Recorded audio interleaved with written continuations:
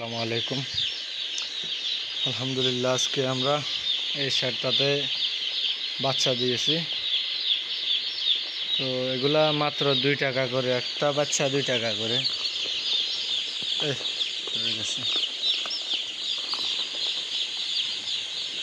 এই যে বাচ্চাগুলা একটা 2 টাকা করে।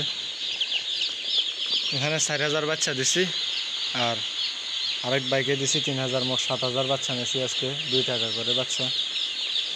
মূলত 2 টাকা বলতে এটা গাড়ি ভাড়ার টাকাটা এনেছে বলতে গেলে, কারণ তারা তো আমাদের দোকানে পৌঁছায় দিচ্ছে ওই হিসেবে।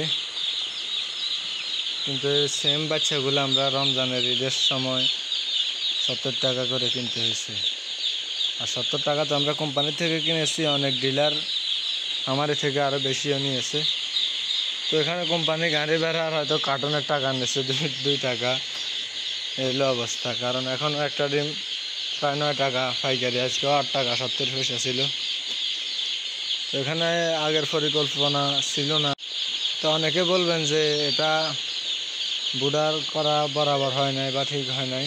হ্যাঁ, তো এখানে বুডার করা হয় নাই অনেকে বলবেন।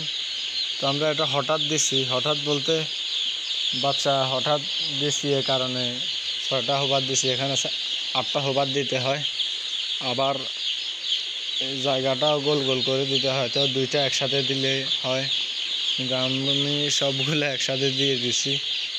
যাই হোক, আল্লাহর উপর ভরসা। তো সবাই দোয়া করেন। আর একটু রিস্ক নিতে হবে, ব্যবসা করতে হলে একটু রিস্ক নিতে হবে।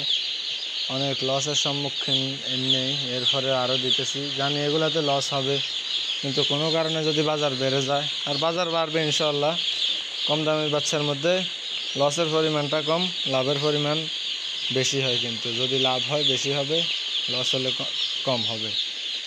তো সবাই ভালো থাকেন, সুস্থ থাকেন, আমাদের জন্য দোয়া করেন। আসসালামু আলাইকুম।